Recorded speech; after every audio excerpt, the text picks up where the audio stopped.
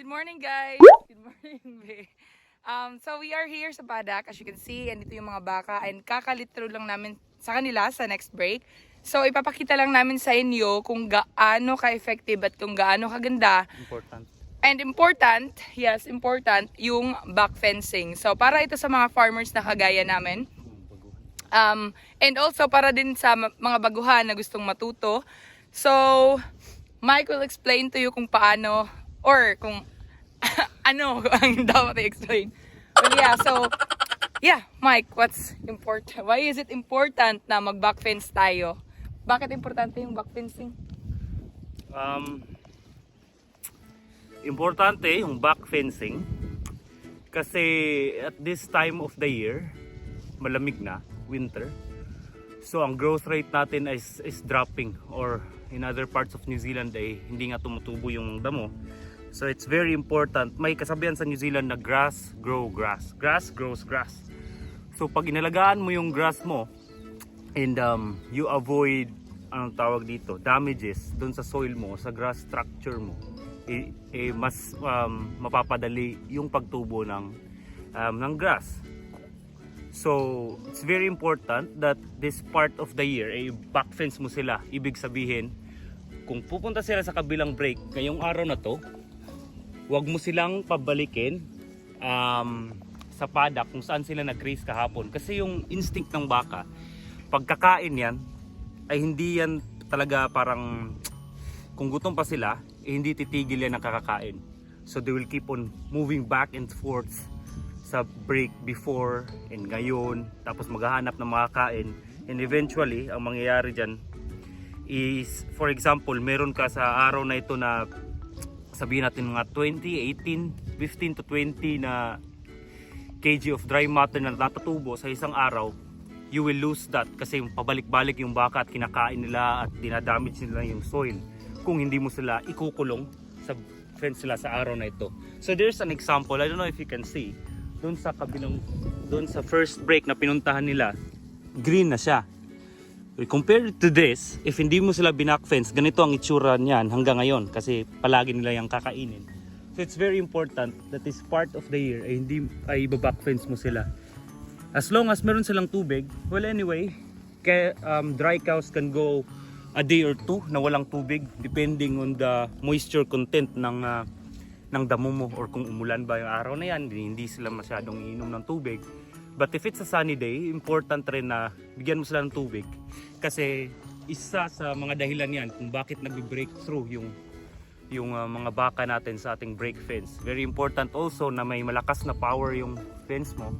About minimum siguro ng mga 5 kilovolts. So ayun, it's just about protecting our grass.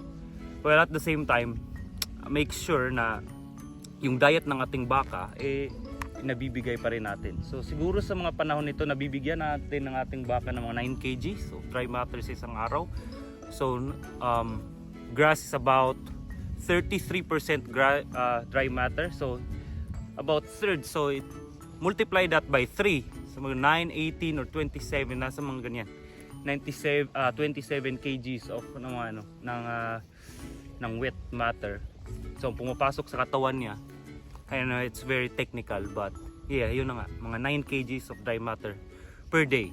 A very important thing is hindi lang mag-lose yung ating baka ng fat content sa katawan nila. Kasi nire-ready natin sila para sa calving, which is very important, na pumatong sila sa body condition score na 5. Very technical, pero I hope na na-explain ko ng mabuti the importance of back fencing at saka making sure na we protect our grass during this part of the season. So yun guys, na-explain ni Mike yun ng maganda. And yeah, alis na kami dito. Pupunta na kami sa shade para coffee kasi tapos na yung gagawin namin dito. So mag-aantay na lang kami ng mga 1 oras para kunin namin yung mga heifers at i-train na naman ulit namin sila doon sa yard kagaya ng ginawa namin the other day. Yeah, and then itetest lang namin kung gaano kalakas yung power ng kuryente nitong brake fence na ito. There's another way to test it.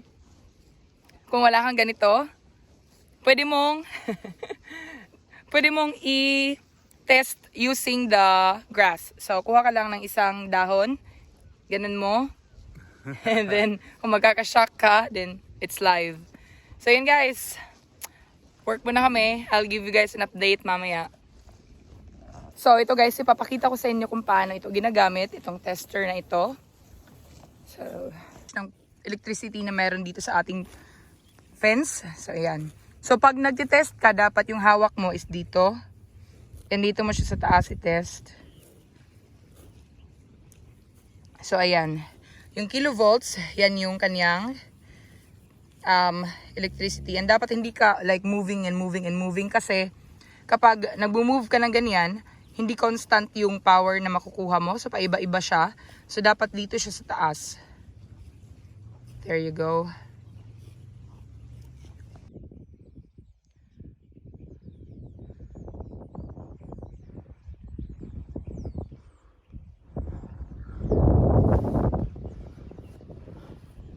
So yan guys, nakikita nyo, itong break na ito, dito sila unang pumasok o unang nag-race.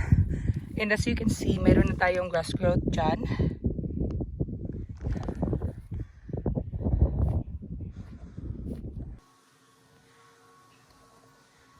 So update guys sa aming paglilinis at pagtatanggal ng mga liners, ng mga rubber wares. So ito na siya, ito na yung itsura niya.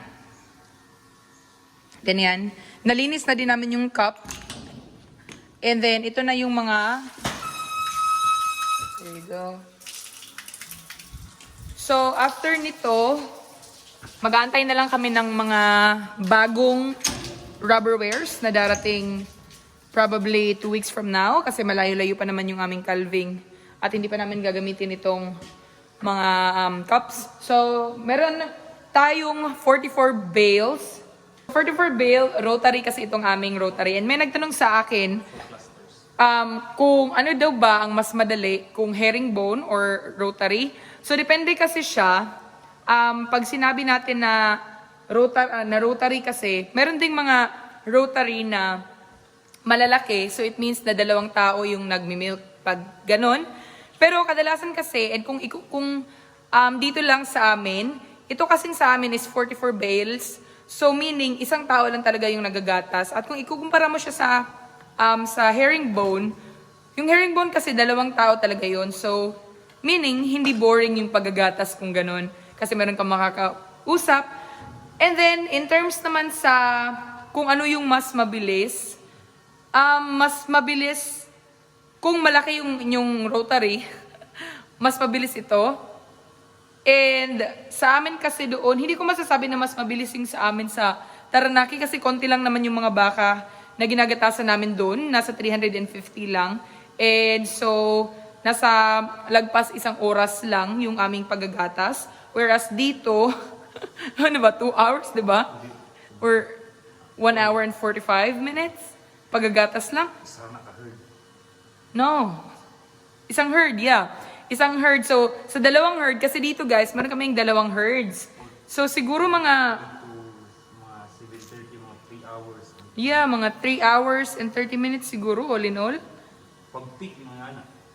Mga ganun guys, mga 3 hours and 30 minutes yung aming paggagatas dito. Cups lang yun guys, hindi pa included yung paglilinis, host down, so yun. 30 to 7:30. Medyo, matagal talaga kapag rotary kasi madami din naman kasing baka dito, nasa 700 cows and 44 bales lang. So, maliit talaga yung aming rotary kaya matagal yung milking. Pero, hindi ko rin kasi siya maikukumpara kasi depende siya sa size ng herd, sa size ng plot ng milking shed nyo. Kaya, hindi ko masasagot ng kung ano yung mas maganda. Kasi depende yun sa preference ng tao at depende din sa situation or setup ng shed ninyo. Pero para sa akin, siguro kung ikukumpara ko ito and then sa dati naming pinagtatrabahuan na herringbone, kumpara sa akin sa mabilisan lang, mas maganda para sa akin yung herringbone kasi mabilis talaga matapos yung paggagatas. And yeah, so ano pa ba? Kung ano yung advantage ko, masih automatic spray, automatic remover. So, ayun guys, yun lang muna yung aming vlog ni Mike for today. Meron yata nagpapa-shoutout, nakalimutan ko yung name, pero i-ano ko na muna, i-search ko muna yung name niya sa YouTube studio ko. So guys, shoutout ko si Sir Romel V. Gamayon na taga Huntley. So malapit lang si Sir dito sa amin. Sir, hello. Thank you po for watching. At shoutout ko rin si Ma'am Chrisnil Patanaw na nanonood. Hello Ma'am, thank you so much for watching. At si Sir Danilo Layage ng Bacoor, Cavite. Hello sir, thank you po for watching. So guys, yun lang yung aking video for today. Pauwi na kami ni Mike. Ang weird ng aking helmet. Pauwi na kami ni Mike. Sinasarado ko lang yung gate dito. And yeah, thank you so much guys for watching. I hope that you enjoyed this video. And if you did, please do subscribe. Kung hindi pa po kayo nakasubscribe, sana mag-subscribe kayo. And i-share nyo rin itong video na ito sa mga kaibigan nyo. So yun lang po. Maraming salamat for watching. God bless. Bye.